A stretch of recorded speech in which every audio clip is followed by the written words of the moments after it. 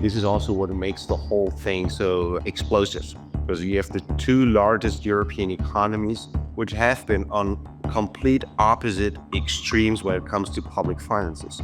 I think that in the end, we will see that France will have to become a bit more German, and that Germany will have to become a bit more French.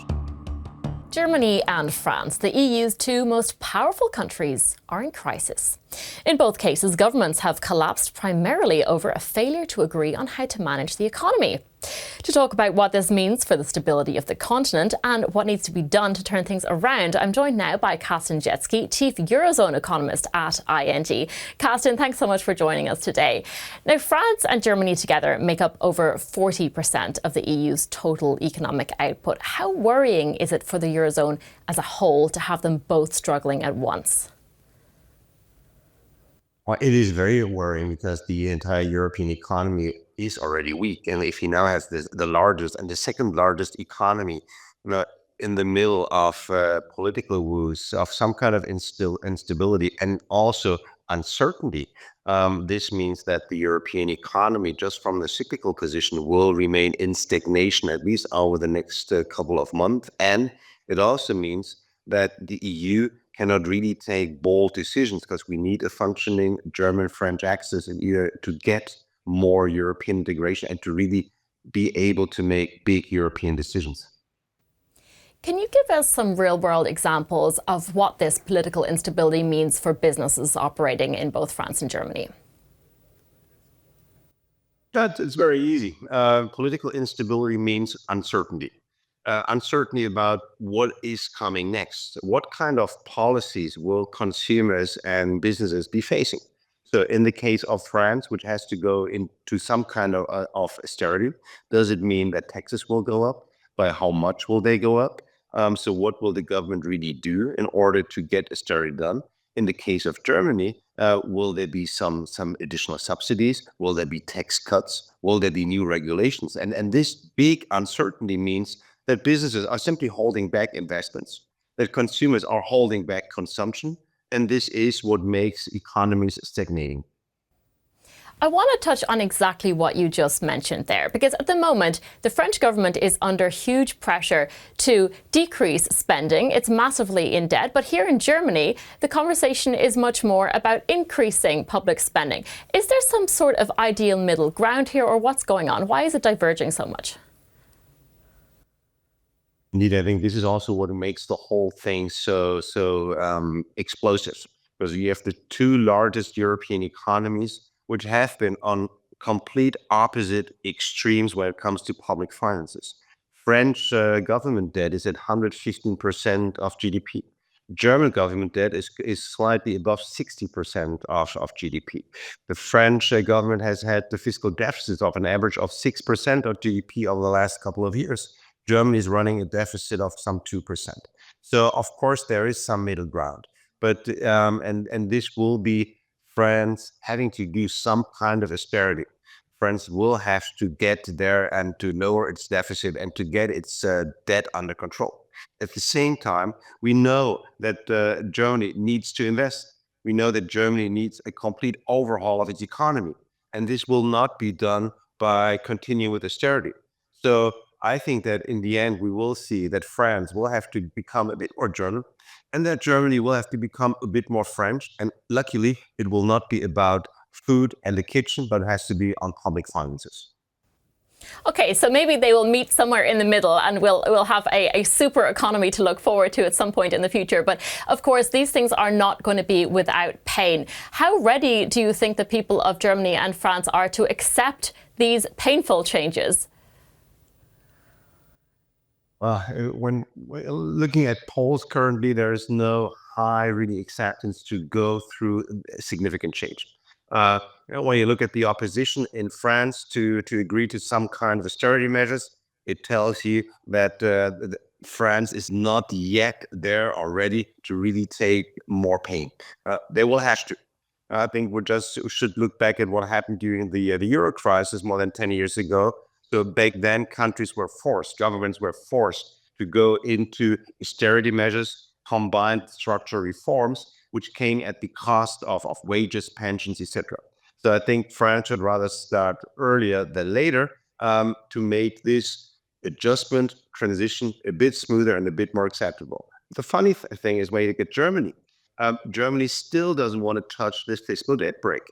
We just had the releases of many election platforms, manifestos by most political parties. And we see that, again, most parties try to paint a picture of the economy will be able to go through a structural transition without suffering pain. And that is also an illusion. So also in Germany, if Germany wants to go through structural reforms, wants to get an overhaul of its business model, of an economy that has been stagnating for 5 years in a row, something's got to give. And either it means painful reforms with austerity, or it means painful reforms with investments. And I know what I would like to choose.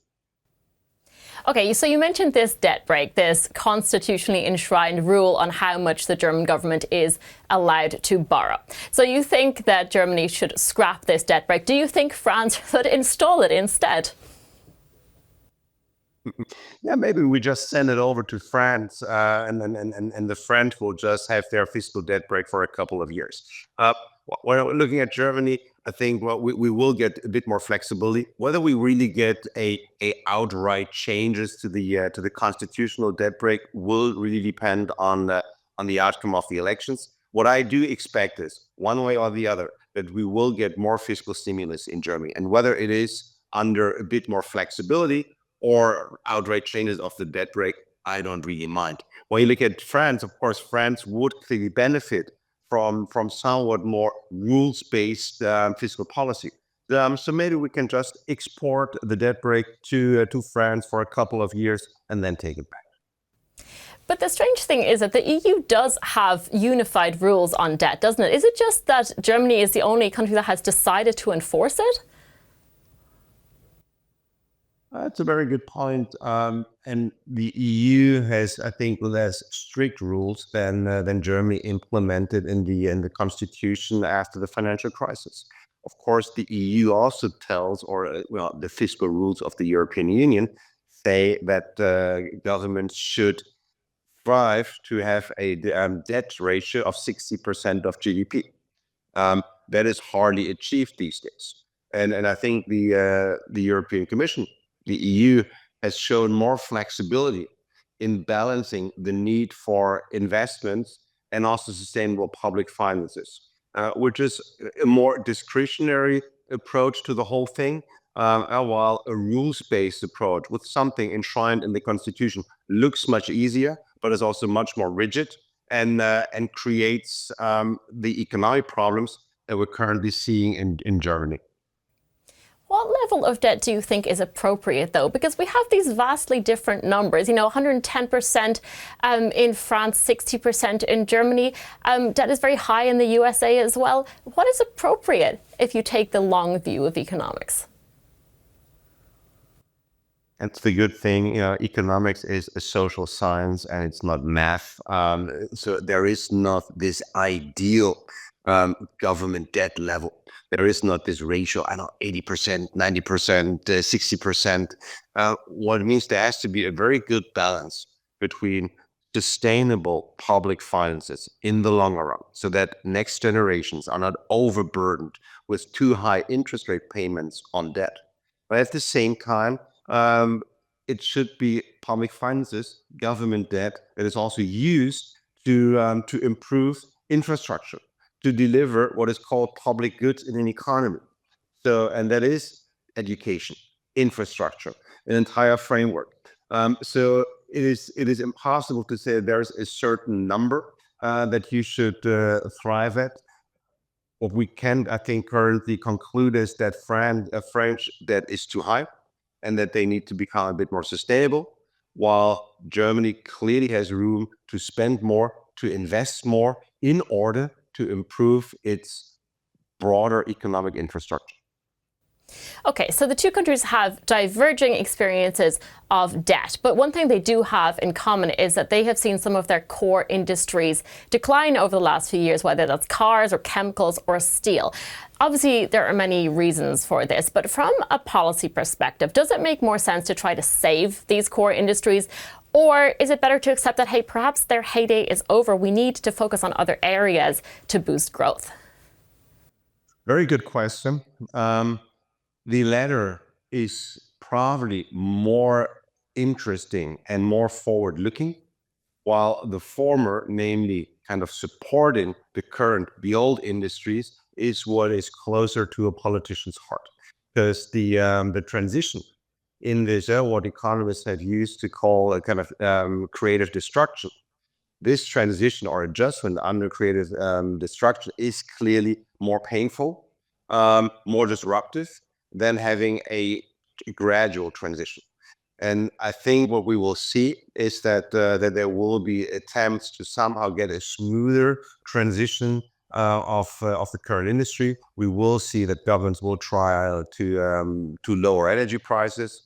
We will see that governments will aim at increasing investment in old industry, while from a pure theoretical point of view, creative destruction at the current juncture might be more interesting, might be more attractive, because I think just to conclude this, we will see now is that Europe in general, Germany in particular, they will aim at refurbishing their economic model. But it will not be this fancy sprinkling new model that makes China and the US really jealous. It will not be the new model. And of course, in an ideal world, we would like to see that the European economy as a whole would move towards something that is really innovative, that is really shiny, and that really makes other regions in the world very jealous. Where would that innovation be most likely to succeed? Well, and that innovation could be in green technologies. This innovation could be clearly also to find a niche in this entire AI development.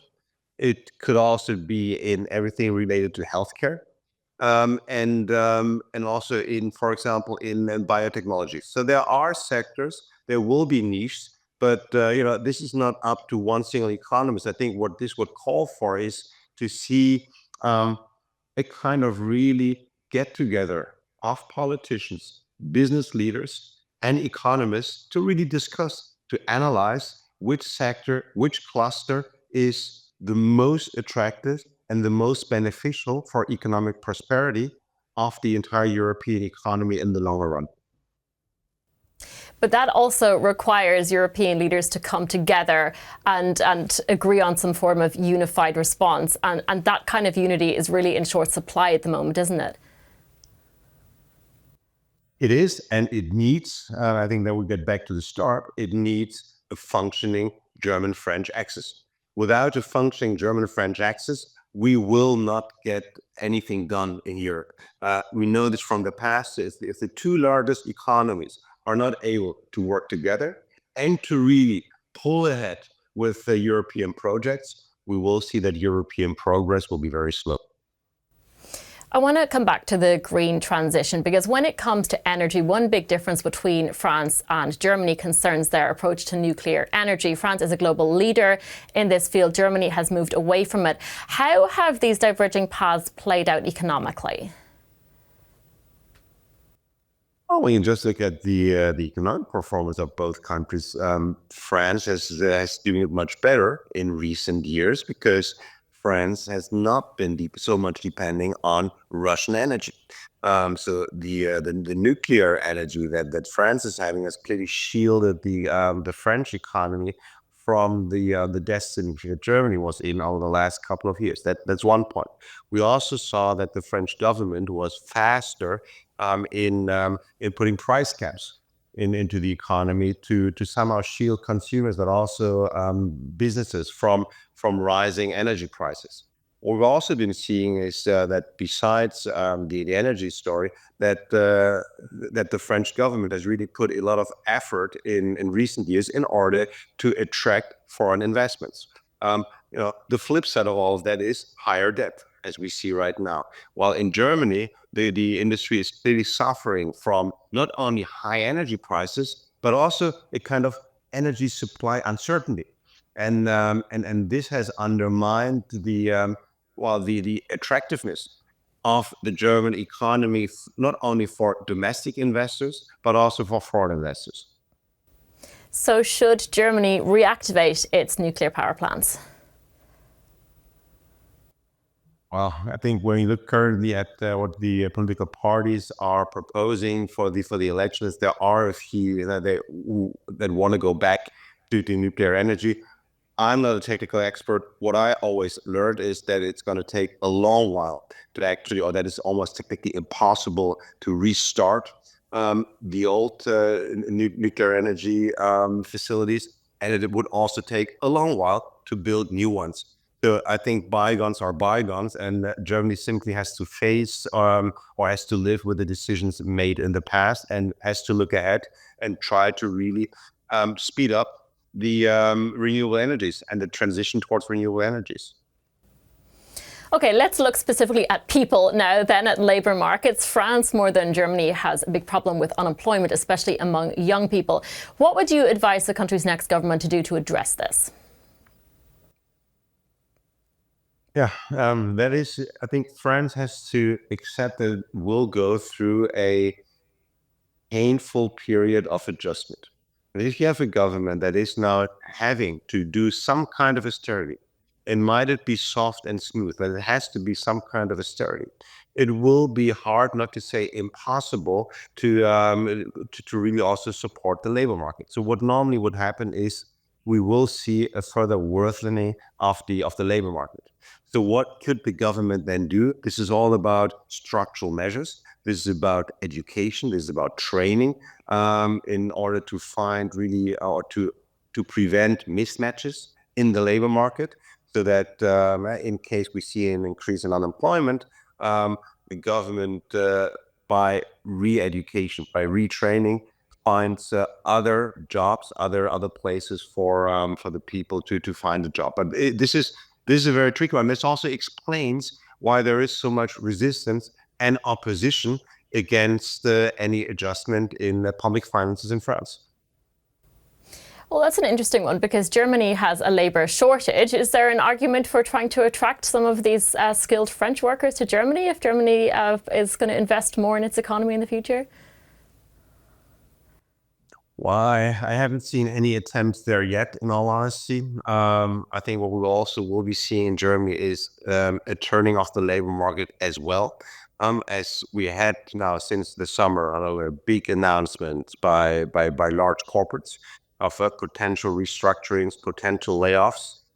We have a rise in bankruptcies, in corporate bankruptcies already since the summer of 2023. So I think that this problem with the lack of qualified workers will soften somewhat in Germany, as the labor market will continue to turn for the worse in 2025.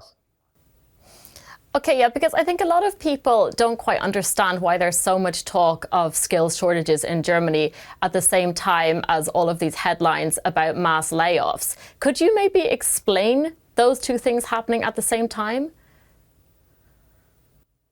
I think that's relatively easy. So Germany is clearly suffering from demographic change, as all other European countries are, but Germany is leading there. Germany will be the first ones in which the baby boomers are leading the labor market. Over the next 5 years, we'll see another 5 million people leaving the labor market. So this is already kind of fueling this lack of qualified workers. Then we do see that this lack of qualified workers is happening in sectors like services, construction sector, and these are the sectors that are not yet suffering from the industrial woes that everyone has been talking about over the last couple of years. So these industrial woes, whether it be in the chemical sector, in the automotive sector, these were not the sectors where we had a lack of qualified workers. So you see that there are kind of different things happening in different sectors across the economy, which make it a bit easier to explain that on the one hand, we do see the layoff announcements, and that on the other hand, we still have a relatively high lack of qualified workers. Makes sense. Now, in both France and Germany, there have been heated debates about pension reforms due to both countries' aging population. What, in your view, is the appropriate policy response? I think that is a very easy one because demographics is one of the most reliable forecasts that economists can make. We knew, or we have been knowing for more than 20 years what is going to happen in terms of demographics and what this means in terms of pressure for the pension system. It is impossible to keep European pension system sustainable without an increase in the retirement age. It's very simple. We all well on average we are in the fortunate situation that we all can get older. Life expectations have clearly increased. We have now this wave of baby boomers entering the pension systems, which will put enormous pressure off pension systems. We have much less working people currently having to fund the pensions of the retired. So the only way around would be to increase the retirement age. Other options would be increase pension contributions or lower pensions. I think also not very attractive. So probably the easiest one would be to go for higher retirement ages. How high? Oh, that's very hard to tell. I think what you should normally see, you could either, there are many proposals out there. One is, for example, to tie it to life expectations. That is one. You could also say have a gradual transition of increasing the retirement age by a total of 2 to 5 years, but then over a period of 10 years. So there are many proposals out there already. And of course, there will have to be, you have to distinguish then across sectors. Someone who has actually do manual work, construction sector, will probably not be able to work until the at least 70. An office worker will also be physically able to work longer. So this, of course, requires nuances. But here, unfortunately, the only way will be up. Yeah. I want to talk about trade now, and specifically the EU's approach to Trump and the White House. He's already been using the threat of tariffs on other countries to gain leverage in often unrelated areas, from fentanyl to immigration. What is his agenda with the EU, and how ready is the bloc to respond? Well, I think here we will see, or what we're likely to see from the White House in 2025 is what I would call a modern version of beggar the neighbor policies. So that is tariffs, that is one thing, but the other thing will be tax cuts and deregulation. So this all makes the U.S. economy more attractive and will somehow cannibalize growth in Europe. So is Europe then really prepared to act or to react? Well, we have to believe that it is, that at least it is better prepared than 8 years ago. But I think reaction is not the best thing to do. I think Europe should focus again on strengthening the domestic economy and not just reacting to whatever is coming out of the White House over the next 4 years. But if Germany and Europe would focus on strengthening the domestic economy by investing, by structural reforms, then this would be a much better reaction than just waiting and maybe react with retaliation on trade or on some kind of tweets coming from the White House. Strengthening domestic economy will be key.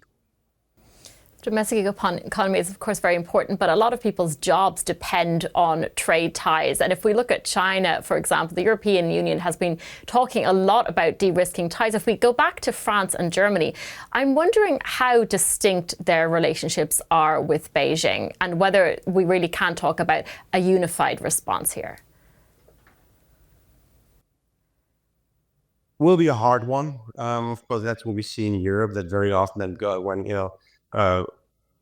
when the economies are not doing well, there is normally the tendency for a national reflex. But what I would expect is, and we've seen this year already, that there are more protectionist kind of trends, movements coming out of Europe vis-a-vis China, and I think this will continue. And this is not only about the German automotive sector. There are other countries also producing cars. One of them is France, for example. So I would expect that also maybe as a result of or to Donald Trump, that we will see that the EU as a bloc will also move towards a bit more protectionism vis-a-vis China. Finally, given that we're seeing so much instability on a national level, do you think we could see a greater role for EU Commission President Ursula von der Leyen in presenting a strong European economy on the world stage? And how would such leadership look to the likes of Xi Jinping or Trump? Well, Ursula von der Leyen and Europe will only be strong if the member countries will stand behind her. So yes, I think currently Ursula von der Leyen will be kind of a leading figure in the absence of strong national figures. But we know that Europe actually really does the best if the Brussels level and the national capitals work closely together. All right. Well, hopefully we will see more alignment in the future. Carsten Brzeski, Chief Eurozone Economist at ING. Thank you so much.